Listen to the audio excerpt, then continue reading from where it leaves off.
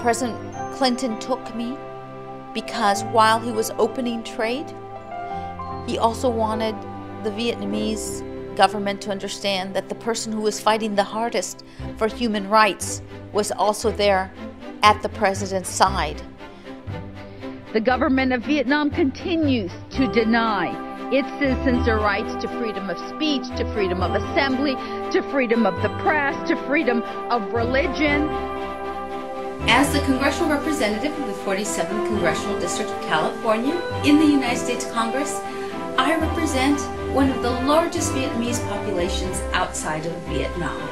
And because of that, throughout the years, I have been working with that community and learning its struggles, its desires, and more importantly, the struggles that their families have back in Vietnam.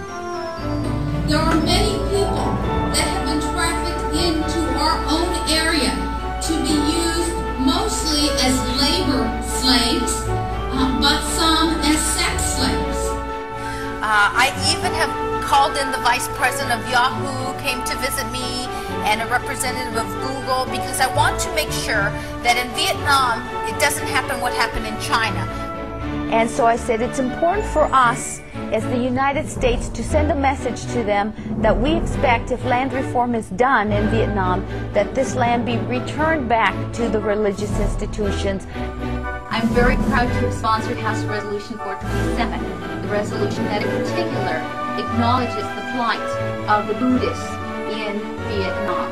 I have visited Vietnam twice now and have met the most amazing prisoners of conscience, the Venerable Thich Van Do, Dr. Nguyen Dan Quay, just to name a few. I urge my colleagues to co-sponsor House Resolution 484, calling on the Vietnamese government to cease the abuse of vague national security provisions in the Vietnamese Penal Code, which are used to justify the detention and the abuse of their own citizens. I hope that my colleagues will look at the record of human rights with respect to Vietnam and join me. As you know, I represent the largest Vietnamese community outside of Vietnam in the world. And so I've had the chance to visit Vietnam now 3 times.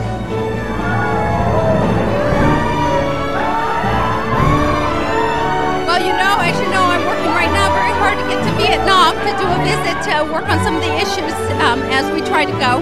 And secondly, in the Senate, as you know, we have not been able to pass the Vietnam Human Rights Act. And that is one of the first things I want to work on to convince my colleagues in the Senate to support.